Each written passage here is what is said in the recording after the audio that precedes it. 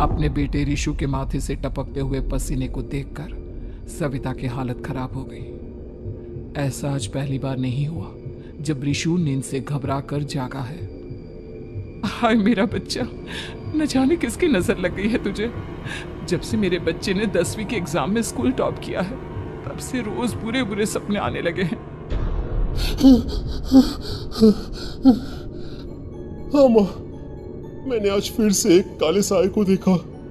वो यहीं मेरी आंखों के सामने खड़ा था। माँ मुझे बचा लो माँ। वो मुझसे कह रहा था कि मुझसे बदला लेगा। माँ कहीं ये प्रशांत। चुप कर, कैसी बात कर रहा है? दोबारा उसका नाम मत लेना। तुझे पता है ना उस प्रशांत ने आत्महत्या कर ली, तो बार बार उसका नाम मत लिया कर। मम्मी, क्या सच में प्रशांत ने आत्महत्या की थी? चुप कर, बहुत सवाल पूछता है आजकल। और फिर रात के वक्त सविता के पूरे घर में एक अजीब सा काला धुआं छाने लगा। गहरी नींद में सोई सविता की जैसे ही आंख खुली उसका दम घुटने लगा। वो दौड़कर रिशु के रूम की तरफ गई जहां उसके दरवाजे पर घूमती एक काली परछाई देख वो बुरी तरह से घबरा गई। कौन है वहां? कौन है? सामने आओ। ये मैं हूं, तुम्हारी काली करतूत।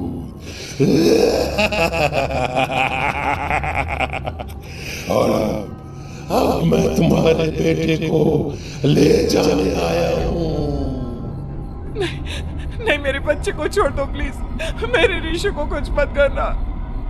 वो परछाई रिशु के कमरे में घुस जाती है। सविता भी उसके पीछे पीछे दौड़कर जाती है और देखती है कि अब वो साया साफ नजर आ रहा था। वो सर से पैर तक खून में सना हुआ था और उसके शरीर के सारे अंग कटे फटे हैं। क्या चाहिए तुम्हें? तुम जो बोलोगे मैं करूंगी, लेकिन मेरे रिशु को छोड़ दो। उस परछाई ने रिशु को गर्दन से पकड़कर दीवार के सहारे हवा में उछाल दिया। रिशु जोर जोर से चिल्लाने लगा। माँ बचाओ मुझे, बचा लो माँ। ये मुझे मार डालेगा। माँ मुझे बचा लो माँ। नहीं ऐसा मत करो, मुझे मार दो लेकिन मेरे बच्चे को छोड़ दो। मैं तुम्हारे आगे हाथ जोड़ती हूँ। वो परछाई रिशु को जमीन पर गिरा देती है और अचानक वहां से गायब हो जाती है। रिशु, मेरा बच्चा, तू ठीक तो है ना? कुछ बोल बेटा, क्या हुआ है तुझे? मैं ठीक हूँ माँ। क्या हुआ था यहाँ पर? कुछ नहीं बेटा, कुछ नहीं। तू परेशान मत हो। हम कल ही गांव के बाहर जो तांत्रिक महाराज रहते हैं उनके पास चलेंगे। ठीक है माँ, हम जल्द ही उनके पास चलेंगे। मुझे बहुत डर लग रहा है माँ। ये बार बार मुझे डरावने सपने आना, ये सब हमारे साथ क्यों हो रहा है माँ? अगले दिन सविता अपने बेटे रिशु को लेकर गांव के बाहर तांत्रिक के पास जाती है। जिस जगह पर तांत्रिक रहा करता था वो जगह बहुत डरावनी थी। चारों तरफ कंकाल और खूब भूतियां नजर आ रही थी। गांव से दूर वीराने में उस जगह पर जोर से आंधी चल रही थी। रिशु ने डर कर अपनी माँ का हाथ पकड़ लिया। माँ मुझे बहुत डर लग रहा है। ये कैसी जगह है? देख बेटा, हमारे साथ जो कुछ भी हो रहा है उसका इलाज सिर्फ और सिर्फ ये तांत्रिक महाराज ही बता सकते हैं। अब यही है जो हमें प्रॉब्लम से बाहर निकाल सकते हैं। जैसे ही सविता और रिशु तांत्रिक की झोपड़ी के अंदर पहुंचे, वहां का नजारा देखकर उनकी आंखें फटी की फटी रह गई। तांत्रिक की झोपड़ी के अंदर कई सारे लोग अपनी गर्दन घुमा घुमा कर जोर जोर से चीख रहे थे। कौन हो तुम और यहाँ क्यों आई हो? महाराज, मेरे बेटे को कुछ दिनों से एक डरावनी काली परछाई नजर आती है और कल रात उसने मेरे बेटे पर हमला भी कर दिया।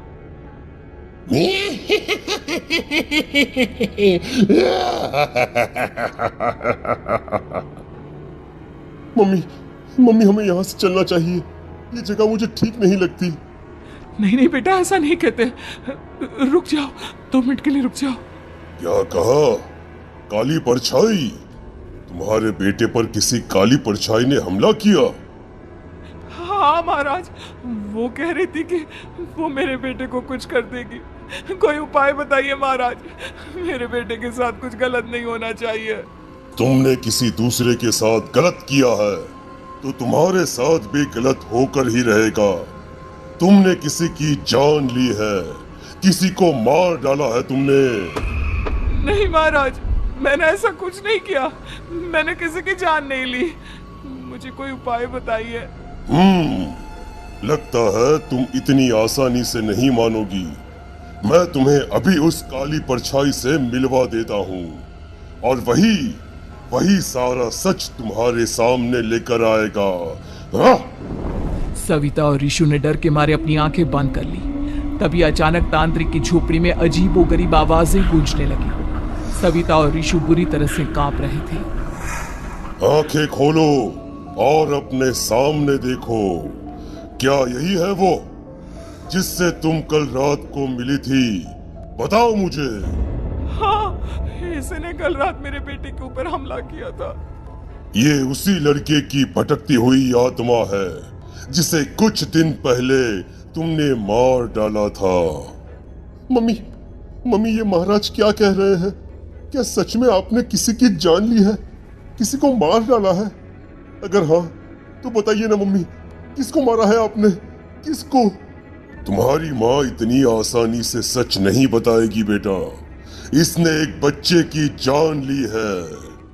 कहीं उसका नाम प्रशांत तो नहीं महाराज? वो मेरा दोस्त है, मेरा मतलब मेरा पड़ोसी है। सही पहचाना। देखा सविता, तुम्हारा खुद का बेटा भी जानता है कि तुमने किसी के प्राणों की बलि चढ़ा दी और इसीलिए अब उसकी बुरी आत्मा तुम्हारे घर में भटकती है। मुझे माफ कर दीजिए महाराज, मुझसे बहुत बड़ी गलती हो गई।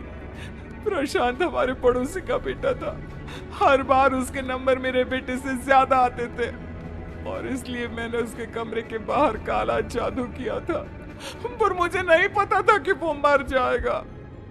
तुम्हारे उसी काले जादू वाली गुड़िया के अंदर एक बुरी आत्मा थी जिसने उस बच्चे के दिमाग पर बुरा असर कर दिया और उसी की वजह से उस लड़के ने अपनी बालकनी से कूदकर आत्महत्या कर ली। इसकी वजह सिर्फ और सिर्फ तुम हो, तुम। नहीं महाराज, जो कुछ भी हुआ मुझे नहीं पता था कि प्रशांत अपनी जान दे देगा। प्रशांत की आत्मा इस वक्त तुम्हारे सामने खड़ी है, हमसे बात करना चाहती है। बोलो क्या कहना चाहते हो? मैं जीना चाहता था, बड़ा होकर कुछ बनना चाहता था। आपके बेटे से मुझे कोई परेशानी नहीं थी। अरे वो तो मेरा अच्छा दोस्त था। मुझे माफ कर दो बेटा, मुझसे बहुत बड़ी गलती हो गई, मुझे माफ कर दो। माफ करने से मुझे वापस जिंदगी नहीं मिल जाएगी। मेरे माँ बाप आज भी मेरे लिए रोते हैं। आपने मेरे साथ बहुत गलत किया है, बहुत गलत। और तभी अचानक प्रशांत की आत्मा वहां से गायब हो जाती है। सविता जोर जोर से रोने लगती है। सुन लिया तुमने? ये तुम्हारे अपने ही किए हुए पाप हैं जो इस तरह से तुम्हारे सामने आ रहे हैं। माँ, ये आपने अच्छा नहीं किया। सिर्फ 10th बोर्ड के एग्जाम में मैं टॉप कर पाऊं, इसीलिए आपने मेरे दोस्त के ऊपर काला जादू कर दिया। नहीं मम्मी, नहीं, अब हम कभी खुश नहीं रह पाएंगे, कभी नहीं। मेरे दोस्त की आत्मा को कभी शांति नहीं मिलेगी मम्मी, कभी नहीं। लेकिन मैंने जो कुछ भी किया सिर्फ तुम्हारे लिए किया। वो लड़का हमेशा फर्स्ट पोजीशन पर आ जाता था और इस वजह से हमेशा तुम्हारे मार्क्स कम पड़ते थे। मैंने तो सिर्फ उस पर एक छोटा सा काला जादू किया था बेटा। मुझे क्या पता था कि उसका ये नतीजा निकलेगा। जिस गुड़िया को तुमने उस लड़के के कमरे के दरवाजे पर लगाया था, दरअसल उसके अंदर एक बुरी आत्मा का प्रवेश हो गया था, जैसा कि अक्सर काला जादू करते समय हो जाता है। मुझे अपनी गलती का एहसास हो गया है। मैं प्रायश्चित करना चाहती हूँ। आप बताइए मैं क्या करूँ? प्रशांत के घर जाकर उस काली गुड़िया को वहां से निकालकर यहाँ लेकर आओ। मैं उसे आग में जलाकर राख कर दूंगा और उसके बाद प्रशांत की आत्मा को हमेशा के लिए मुक्ति मिल जाएगी।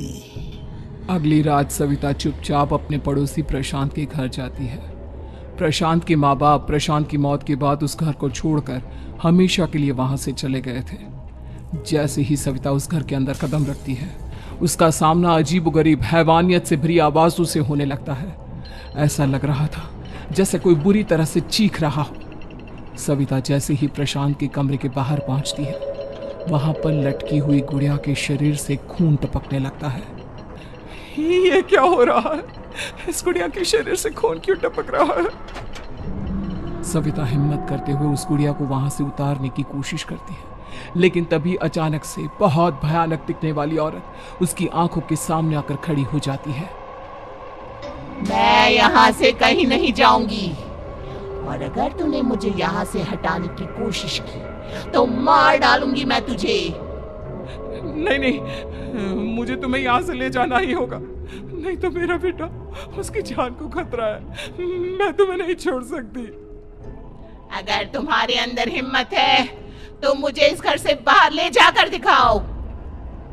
और ऐसा कहकर वो औरत सविता के ऊपर हमला कर देती है और उसे हवा में उछाल उछाल कर जमीन पर पटकती है। लेकिन तभी अचानक मौका देखकर सविता अपने हाथ में ली हुई सुई उसके हाथ में चुभो देती है। हाथ में सुई लगते ही वो औरत जमीन पर तड़पने लगती है। ये क्या किया तूने? ये क्या कर दिया? तुझे ऐसा नहीं करना चाहिए था। तांत्रिक ने मुझे कहा था कि तुझसे जीतने का सिर्फ यही एक तरीका है जिससे मैं अपने पापों का प्रायश्चित कर सकती हूँ और अपने बेटे की जान बचा सकती हूँ। और उसके बाद वो डरावनी दिखने वाली औरत एक छोटी सी जादुई गुड़िया में तब्दील हो गई और सविता ने उसे ले जाकर तांत्रिक को दे दिया। तांत्रिक ने जादुई गुड़िया को आग के हवाले कर दिया।